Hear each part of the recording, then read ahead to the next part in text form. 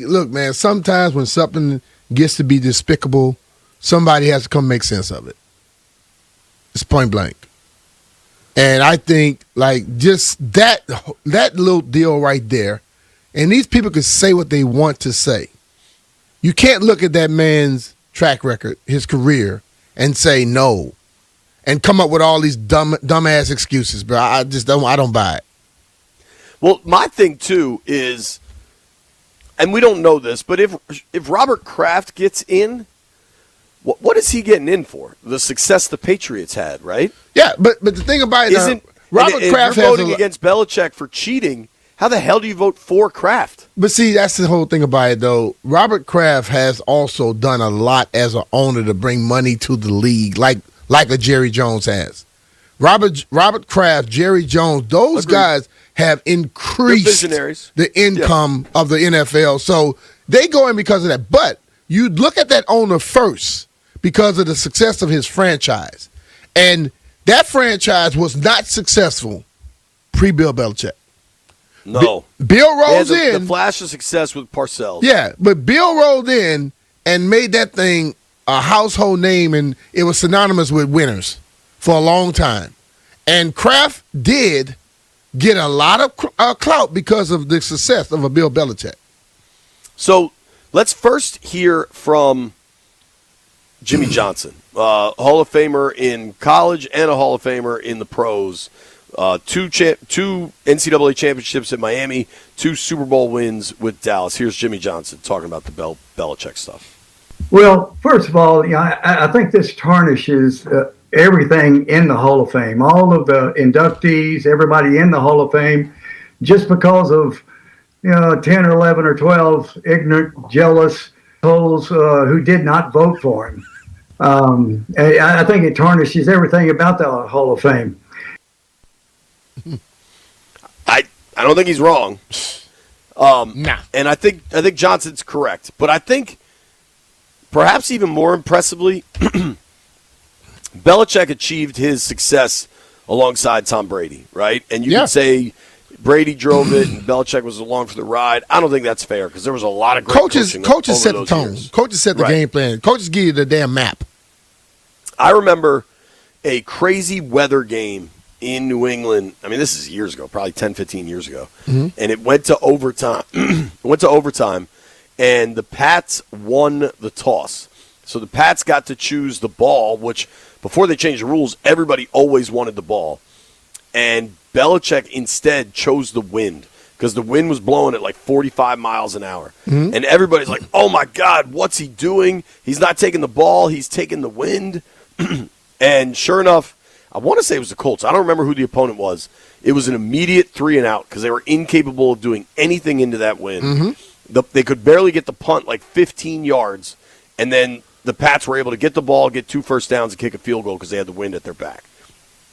Stuff like that is super high-level coaching. And if you don't think Belichick had a part of the success, you're nuts. And I think it's become pretty clear, especially in that Patriots propaganda documentary, that Belichick and Brady, especially late in their time together, weren't seeing eye to eye. So for Tom Brady to come out and talk about Belichick belonging in the Hall of Fame, I think says a lot. Here's Tom Brady talking about the situation. I just think that, to me, I don't understand it. I mean, I was with them every day. If he's not a first ballot Hall of Famer, there's really no coach that should ever be a first ballot Hall of Famer, which is completely ridiculous because people deserve it. And he's incredible. There's no coach I'd ever want to play. I'd rather play for. If I'm picking one coach to go out there to win a Super Bowl, give me one season, I'm taking Bill Belichick. So that's enough said. There's nothing outside of that. Again, when it comes down to votes and, popularity and all that, then welcome to the world of voting. And you may as well go, try out for the Oscars or whatever and, get a big panel to tell you if you're good or not. So it's the way it works. And that's, unfortunately, he's going to get into the Hall of Fame. In the end, I'm not worried about that. And a lot of times in life, for all of us, things don't happen exactly how you want them on your timeline, but we'll all be there to celebrate him when it does happen. And he's going to have a huge turnout from so many players, coaches that appreciated everything that he did and the commitment that he made to winning and the impact that he had on all our lives. And that'll be a great celebration when it happens. It's a joke. Yep. See, this is the thing that people don't get, though. And I speak on this a lot because coaches, I believe players make coaches look great, but then there are coaches who know how to manage those egos. Like, for that team to be that good that long, he managed egos. He had people believing in what he was selling. He had people believing in each other. He made people understand that it's about the team, not just about one person. You know what I'm saying? When he went and got on Tom Brady early in Tom's career, and Tom didn't fight back, from what the story is, he told Tom what he was going to do in front of the rest of the team. And then the rest of the team never bucked the system anymore. You know why? Because if Tom Brady not bucking it, I can't. The little thing we saw the other day when Michael Jordan was talking about Tim Duncan. Tim Duncan would get, Pop would get on Tim all the time. And the other players look at that and they say, well, hell, Tim the best player. Why the hell am I going to try to buck the system and come back? Bill Belichick was a leader. He got all those guys to do what most coaches cannot do. Most coaches can't get guys for one game to all believe in each other. He did this for an extended period of time, man, multiple years. And you say and people go, he's not. Well, it was Tom. No. Tom said it all the time. You think Tom played that long in New England if Tom does not have some type of respect or like him in some way? Tom knew Bill was going to help me win. Some other coaches might be very nice, jovial. They could go on TV, be cool. They want to talk and answer all the damn questions. But they couldn't constantly keep nobody ready to play at the top of their game. Do you know what Belichick's career win percentage is in the playoffs? Got to be very high. I'd be shocked if somebody has a better one than this. Mm-hmm. He won 70% of his playoff games. Man, look, that's amazing. 31-13 in the playoffs. Dude coached in 8 Super Bowls. Hell, 9. I always forget about the Philly loss. 9 Super Bowls. Like, what are we talking about here? And I pointed this out yesterday. I do think there are probably some voters that wanted to get senior committee players in because those guys have a much harder journey.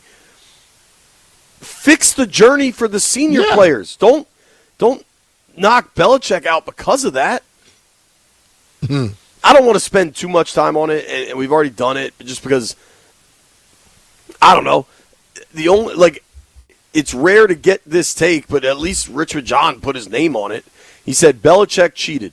Did Joe Gibbs ever cheat? I wouldn't vote Belichick in. I find that insane. See, Richmond John, I'm going to say this, and I'm going to say it out of straight love. When you don't know everything you speak of, sometimes hush. Because there are rules that were implemented because of Coach Gibbs. Okay? And in this day, didn't they change practice squad rules? Exactly. So let's understand, bro. Sometimes what you call cheating is just pushing the envelope, homie.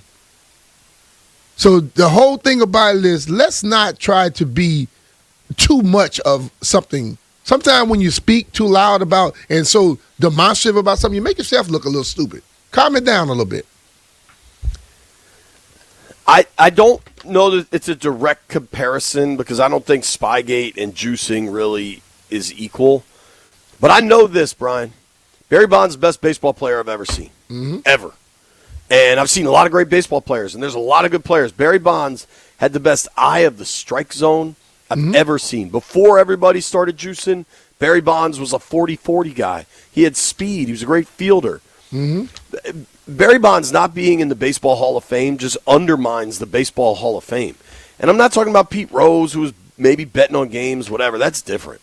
Everybody was juicing, so he started juicing. Like, Belichick not being in the Pro Football Hall of Fame undermines the Pro Football Hall of Fame.